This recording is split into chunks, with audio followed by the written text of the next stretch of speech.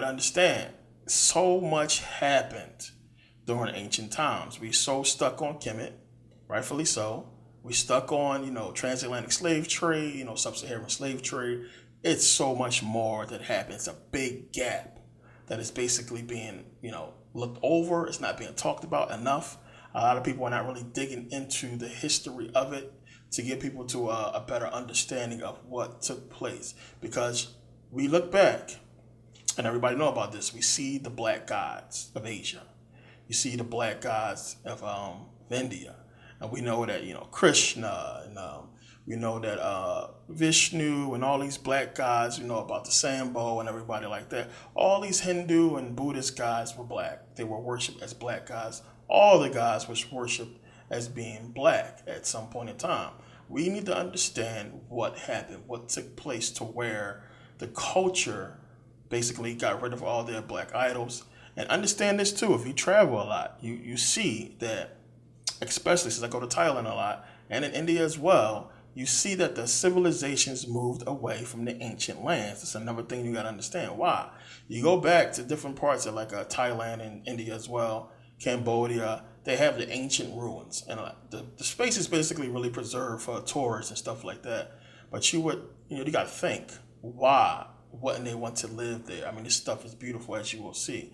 Even if he was living primitively, if he was living off the land, why wouldn't you want to be near such beautiful history? And you got to understand why they disconnect with this history, why they disconnect with the indigenous people and what basically took place. It's so much, it's so crazy, it's so deep, and we're going to get into it. Let's begin. Now, here's the thing. You have scientists that have been in agreement, for hundreds of years about out of Africa. The majority believe in the theory. And we're going to prove the theory here today. It's going to get proven 100%. And they know the truth. It's easy to prove when you pay attention to real recorded history. But we're going to prove it. But now, remember, out of Africa theory, we know the Africans came up. They crossed the Red Sea, crossed into Saudi Arabia, crossed the Persian Gulf, into Iran, and traveled up to Afghanistan, Pakistan, India, Tibet, what have you, and eventually migrated over to Asia, Australia, what have you. This is the out of Africa theory. We understand this. So it is widely agreed upon that this is what took place. Now, another thing that's agreed upon is we understand these were African people. These were black people. So when you look at that migration and the fact that they traveled across, they set up civilizations and they kept moving, you understand that these were African people. So the question you have to ask yourself is, one, on an evolutionary scale, what happened to them? How did, these tribes become Indian with the straight hair? Asian, looking totally different with the Mongoloid features. What happened? And then, of course, we understand this evolution. We understand we make all races. So that's one thing that you prove in understanding that. That's one of the things that you go back to and look and see, well, okay, we see what happened. This has been proven by science, as I got into. So then you understand, one, remember, people like Dr. Ben, Ajra Kwesi talked about how Egypt began, basically deep in Africa. They traveled up Kenya, Ethiopia, what have you. They traveled up the Nile into ancient Kemet. And you have to really understand, during that time, when they traveled up to ancient Kemet, they stopped. You had people that stopped. Some people was too old to continue on. Some people set up civilizations and stayed or what have you. And this took place, all the way up to Kemet. And this is documented. We can see, the writings they left. We can see artifacts that they left. Now, the thing is, I put up the video on human history, the origins of all the races. Now, when I did that video, I wanted to check and see exactly what the internet was basically saying about this, about traveling up, the whole out of Africa thing, the Andaman tribe and everything like that. Now, we understand that the Andaman, who basically is from, Indus Valley civilization, which is part of Afghanistan, Pakistan, India, we know that they are the descendants of the Africans that basically traveled over during this whole migration. The Andaman would be the descendants, and we see how they look, clearly black. Understand, we don't just have what we call, nappy hair or Negro hair, whatever they want to say. We had all kinds of hair. We had straight hair. We had curly hair. We had wavy hair. We have curly and wavy hair. we have a lot of different hair types, as you see clearly when you go in Africa. A lot of different hair types, a lot of different complexions that we can come in. So again, when I checked, wanted to make sure everything was matching up, from the books that I read, Ivan von Sertima, Anta Diop, everybody was saying the same thing. So when I looked, it said exactly the same thing. Yeah, these people basically come from, the descendants. They are the descendants of the Africans that migrated over to the Indus Valley. But now this has changed. They changed the answer to that, and you can go into Wikipedia and you can actually edit it if you have an account or what have you. So this is what it's saying now. It says, it was previously assumed that the Andaman ancestors were part of the initial Great Coastal Migration that was the first expansion of humanity out of Africa via the Arabian Peninsula, along the coastal regions of the Indian mainland and towards Southeast Asia, Japan, and Oceania. The Andamese were considered to be a pristine example of a hypothesized Negrito population which showed similar physical characteristics and was supposed to have existed throughout Southeast Asia. The existence of a specific Negrito population is nowadays doubted. Their commonalities could be a result of evolutionary convergence and or shared history. Now, what they're basically trying to say is they're not 100% sure that the Andaman are from Africa, which, come on, they try to put it in such a way to where they cast doubt on who these people really are. But again, who else would they be? Where else would they come from? You got to understand how subtle this stuff is. It's crazy. It's loopy. One, you got the whole out of Africa theory. What other race of people could they be? In India, in Asia, what could they be? Well, we know that Africans migrated over there. What could they be from? Now, they talk about commonalities and everything like that, meaning they look African. They think that they basically, came together based on convergence, meaning that you had a different group of people come together with another group of people to create the Andaman. It doesn't matter. You have Africans come together to make Africans, if that's the case they want to go against. No matter how you slice it, we're talking about African people. Now, let's be real here. You can take a car and you can drive from Cairo all the way over to Mumbai. Plain and simple. It's one big landmass. So you can't even be, skeptical about the Africans coming up out of Africa and traveling over, towards India when it's one mass. It's connected. We don't know how much more connected it was back then. But you got to understand, it's going to be a lot of this kind of stuff we're going to see coming up, what they're trying to do. And to see that this is something new, that they changed this recently, is something that's real, it's alarming. It's like, okay, why would they change this? And you got to understand, too, which we're going to get into about the Indian culture, everything that's going on in India, about why that thing is set up like that, why they deny their own people. We're going to get into that whole system because it's a crazy system that's ancient that's taking place in India. Some of you might know what I'm talking about. We're going to get into it. But remember, as I said, you had Ezra Quashie, Dr. Ben, a lot of other researchers that know their stuff talk about, hey, we came up from inner Africa, plain and simple. So when they talk about, the cradle of civilization began probably somewhere around Ethiopia, Kenya, what have you, it all fits, especially when you find ancient proof, ancient stuff that we see in Kemet, older in Ethiopia. So it's just proving the point all the way up to now. We can see where these people come from. So my suggestion is when they got up to Kemet, from my research, the pyramids was already there. They was there already. So again, you see how they tell us our history begins with this out of Africa. It's so much more before that. Again, as I always keep saying, it's like history begins with Kemet, and we don't know what the hell took place before that. Something happened, as I talked about in the Saturn and Satan series, and then all of a sudden, it's like we woke up, and then, okay, they had this notion, travel. For some reason, they knew to go north. For some reason, they knew to travel up north to get to Kemet for whatever reason. It was in their head. You had one primary group of people who had the goal to get up to Kemet because they knew something. And then you got to understand, remember, we see the information. We see the stuff they left traveling up the Nile. Everything that we see in Kemet, we see they was leaving proof of this stuff, that they already had this knowledge. So we're talking about they started the journey knowing this stuff already. How did they know?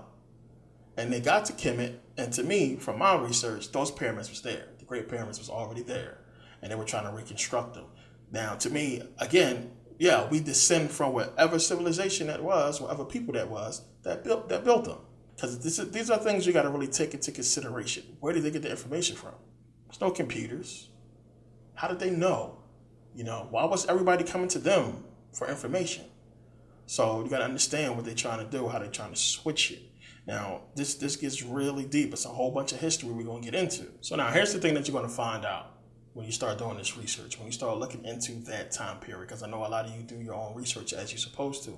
But what you're going to find, same as I did and other people as well, that's going to hit you hard, and a lot of people got confused by this, you're going to find out a lot of researchers are saying that Egypt was basically created or started by the Indians. You're going to see this a lot. You're going to see this in Indian culture. Some of you probably know what I'm talking about already. They believe that, the out of Africa theory happened. They went to India first and set up a civilization there. And it was that civilization that came back over to Kemet to set up Kemet. And, you have a lot of people in India believe this, that, we set up ancient Kemet and everything like that. No, it's not the case. Now, the ancient Egyptians talked about going to Punt. They talked about traveling the Great Sea, crossing the Great Sea to get to Punt. Now, according to researchers, Punt is supposed to be Somalia. Now, the thing is, Punt can't be Somalia because of the plants they describe when they're talking about this, because of the animals they describe. These animals and plants only fits the western coast of India. It doesn't fit Somalia. So again, we know the ancient Egyptians traveled all the way to America based upon, they found cocaine in Ramses II stomach and everything like that. Plants and fruits that only could be found in the Americas. So we know if they traveled all the way to the Americas, it's really, of course, they probably traveled to India. But then you got to think back to the migration. You got to think back to, these people exploring. Of course, if you went up to Ethiopia, Somalia, and you started boating. Once they set up civilization there and they got sea vessels built and they knew how to, cross the seas, it's a lot easier to cross over, to India, on a boat, on a ship, than to, go by land, because then you got to cross, so much land, you don't know what's out there. And then not sure if Saudi Arabia was desert back then or was it fertile, what have you. But either way, you still get to India faster. To get to India much faster on boat. You just get there quicker. So, of course, they probably was doing this. And as Herodotus attests to, that the ancient Egyptians, they could boat their ass off. They was good. So the thing is, now, the Indians did not, of course, travel from India up into to Kemet. Their journey straight from Ethiopia was to go straight to Kemet, and you had other people branch off. The Egyptians understanding, one, people went to India, and if you settled in Ethiopia, you knew at some point, family members or friends did boat or travel across to India, and, they would trade with each other. They would go back and forth and see each other or what have you. Just normal stuff took place. If your cousin moved to California, yeah, I'm going to go see my cousin, hop on the plane and go see him. Same thing. But, they took boats, of course. But the thing is this. So you have the Greeks, you have the ancient Egyptians talking about the Indians. They had a name for the Indians. They called them the Dravidians, which we already know. They were referred to as the Dravidians. Now, the Egyptians and the Greeks both called them Dravidians, but they knew the Dravidians as Ethiopians. That's what they knew them as. They knew them as Ethiopians. So the Dravidian people, which would consist of, we're talking Dravidian is also a language. It consists of, Afghanistan, they speak it, Pakistan, India, the Maldives, they speak it in Sri Lanka, all the way over to Cambodia. So we're talking about a lot of people. We're talking about, these are African people. They spoke this language, but they were called Ethiopians. Remember, the Bible talks about Ethiopia. As soon as you get into Genesis, it's talking about Ethiopia. And that's the first, basic place they're naming. So remember, at one point, all of Africa was called Ethiopia, which Ethiopia comes from the Greek. It means burnt face. But everybody who basically described the Africans, if they wasn't saying Negrito, they was calling them Ethiopians. And you got to understand, the Egyptians think, what name would they call them? It wasn't calling them black people, or they had a name for them. Just because you black and I'm black, you might be from Chicago, they might call you Chicago. You might be from New York, they might call you New York. You're not from where I'm from, so I'm not going to call you that. I could call you whatever I want to call you, but this is what they call people that wasn't from Kemet. They called them Ethiopians. It just so happened to be what the Greeks called them as well. In translation, we know it was a different name, but you translate it, this is what they was talking about. So, understand, it's the same people. The same people. So don't get confused when you're doing your research. This is one of the things that we're going to really touch on, because they want to try to make it like these are two separate people. And there's a reason for that, which we're going to get into. It's not. It's the same. You have the Ethiopians travel over to India and establish civilizations there, and then keep on moving west into Japan, China, and eventually, of course, Australia. So now, as I was saying, how the Greeks and the Egyptians called the Indians the Dravidians, and they knew them as the Ethiopians, plain and simple. So you had another group that was known in India called the Vedoids or the Vedoids. They were the Australoids or the Australians, the indigenous people of Australia. Now, again, as I talked about, the migration pattern that happened, they had relatives. People knew that they left people and civilizations in other countries. So when they left and crossed from Ethiopia over to India, years may pass, 10 years, 20 years, or what have you. Those civilizations understood that they knew people in another land. They would travel back and forth.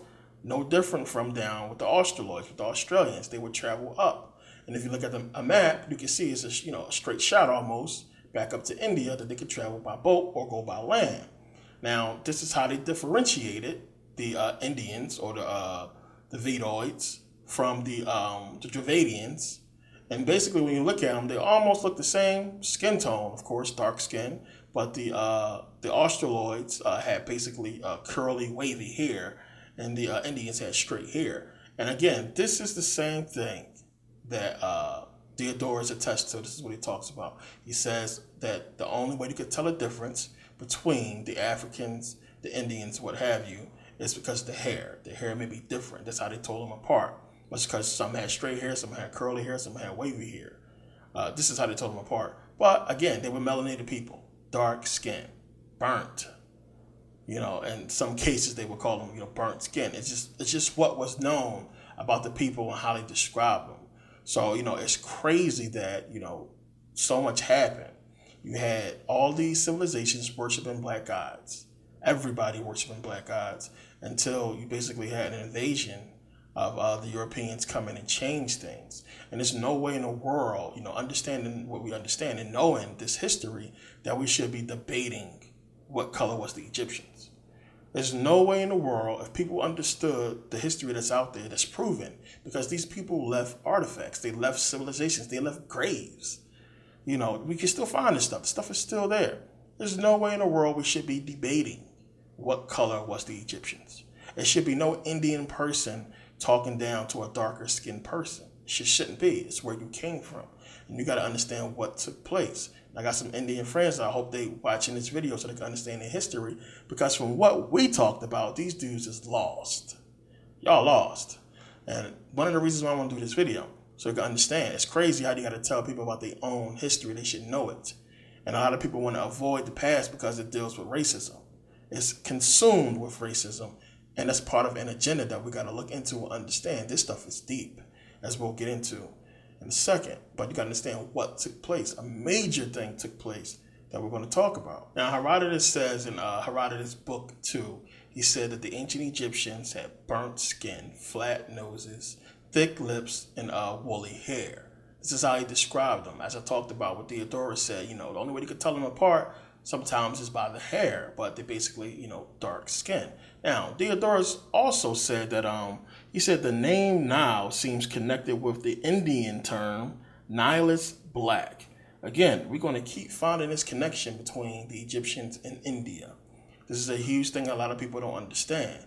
Now, one of the reasons why people don't understand, because it has been so well covered up for a huge reason.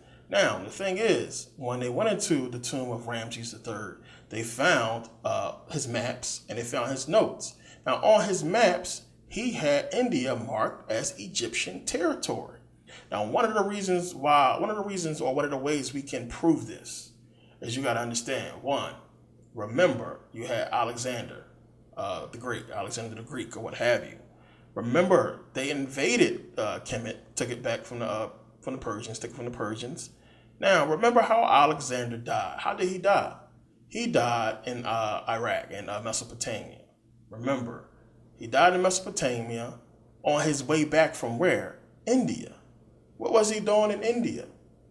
Why was he in India? Why was he on his way back from India to Mesopotamia? And this is why you got to understand. One, when they conquered the Egyptian land, you had to conquer in India and set up there because India was a part of their territory, just like Israel. They're not talking about it for a huge reason because they're trying to steal Buddhism. And we're going to get into this. They're trying to steal a lot of history. They're trying to cover up what they did. And they can't because the history is there and so many people wrote about it. You know, Herodotus and Diodorus, I mean, they still want to give big ups to their scholars and researchers and what have you. But, I mean, them two alone poke a lot of holes in, the story, which really is not no official story from the Europeans. They just don't talk about shit. To hide it, they just don't talk about it. They don't teach, they don't talk, they don't say nothing. Since they own mainstream media and they're not going to put it on mainstream media, it is left up to speculation. It's left up to the imagination for people to wonder and ponder, did this stuff really happen? But when you go based upon proven facts in history, you see clearly this is basically what took place. That it's a huge connection between ancient Kemet and India and that whole Indus Valley and everything that was taking place there. And it's something that happened that they were trying to cover up. Now, one of the things that's going to really bother you and really, really stick out to you is, why? Why would these people, let their ancestors go to hell like that? Why would you disrespect your ancestors, the people who are the reason for you having your civilization? And it's one of the things that I really just scratch my head so much. It's like, wow, all across the board. You look at in India, you look at Pakistan and everything like that. If you're dark skinned, you're put down. Now, the thing is, what does this have to do with Buddhism? What does it have to do with Buddha or what have you? Now, the problem is this. When you look up when did Buddhism start, it says clearly here, 5th century BCE, as I highlighted. Now, when you look at when did Hinduism start, it says 1500 BC, Hinduism starting before Buddhism. Now, Hinduism developed from the religion that the Aryans brought to India with them in about 1500 BCE. That's all I'm going to read. Hinduism developed from the religion that the Aryans, had to highlight it, brought to India with them in about 1500 BCE. Now, understand what Siddhartha was a Hindu, and Siddhartha, created Buddhism, Buddha, what have you. So, of course, Hinduism would be before Buddhism because Siddhartha was a Hindu prince. So that part makes sense. The part that sticks out, of course, as you know, Aryans. What do you mean Aryans brought, Hinduism into India? And the thing is, we're talking about the same Aryans, white people, the same white race. How Hitler and all that stuff, what it was all about, Aryan race, white people. This is what you got to understand what took place. There was an invasion, and I touched on this way back. Aryan, it says, relating to or denoting a people speaking an Indo-European language who invaded northern India in the 2nd millennium BC, displacing the Dravidian and other Aboriginal people. Telling you clear as day. Yeah, they came in there, basically took over. These Indo-Europeans. What is an Indo-European? Let's look. It says, the Indo-European languages have a large number of branches: Anatolian, Indo-Iranian, Greek, Italic, Celtic, Germanic, Armenian, Tocharian, Balto-Slavic, and Albanian. I guess they wanted to put Indo-Iranian there, to sound exotic, but you have Proto-Indo-Iranian, which basically means common Aryan, plain and simple. It's all the same people when you look at it. We're talking about Europeans, white people, that basically came in, I'm telling you clear as day, they came in and took over. And we got to understand the change that happened once they took over. Now, here's the thing. And some of y'all smart enough to understand this. One, think about the time frame, the time period. We're talking about 1500 BCE. When you understand the nature of Buddhism and what it's talking about on a spiritual level, what it's really getting into. If the Aryans came into North India with that information, with that knowledge already in 1500 BCE, there is no way they would need to come into Egypt for any knowledge. They wouldn't need it. They would know it already. The Greeks talk about, Herodotus and Thales, Diodorus, all of these Greek scholars and Greek philosophers. Everybody came into Kemet to learn. If they had that knowledge already and brought it into northern India, we wouldn't be talking about what we're talking about now. They would have never needed Kemet. Because when you break down the Buddhist faith, which we're going to get into it and break it down, it is basically talking about what the Egyptians talked about. Plain and simple. It's just switched up into different gods, different stories, talking about the same exact stuff. Plain and simple. And if they understood that and it was the ones who brought it there, clear outright lie you just saw on Wikipedia, Google, or what have you, if they brought it there, they wouldn't need to come into Kemet or learn or to know anything. They would have had the knowledge. So again, this is how they trying to take over and say that they had this knowledge, they came in there, they understood this stuff, when clearly there's no way they could have really understood it. The Egyptians taught a lot of esoteric information, a lot of esoteric knowledge that only certain people will understand. And to have a faith like Hinduism and Buddhism that is wrapped up in that same kind of knowledge, for you to bring it in means you are a smart people. Now understand, when they came in to northern India, they basically invaded, and they invaded the Indus Valley and started enslaving people. They also invaded West Ethiopia, the shoreline, all across there. The first boats that pulled up and started really enslaving Africans was over there in Ethiopia. Before the whole transatlantic slave trade. We talk about that. We talk about sub-Saharan, but it's a huge slave trade that took place with the Africans before all that. And it happened with the Ethiopians. And they enslaved them.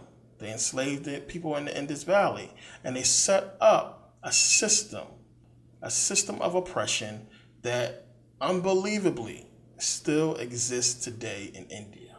Once they have control of the government and the system, and then they leave, and people think, okay, well, we got to worry about these people coming back. So again, you can set up policies and rules, and you can be like, well, something is wrong with the dark-skinned people. They are evil. The light-skinned people tend to do things better. These dark-skinned people from the ancient times, they only know the ancient ways. They are evil, da-da-da. And they can make up whatever kind of situation that they want to control the people.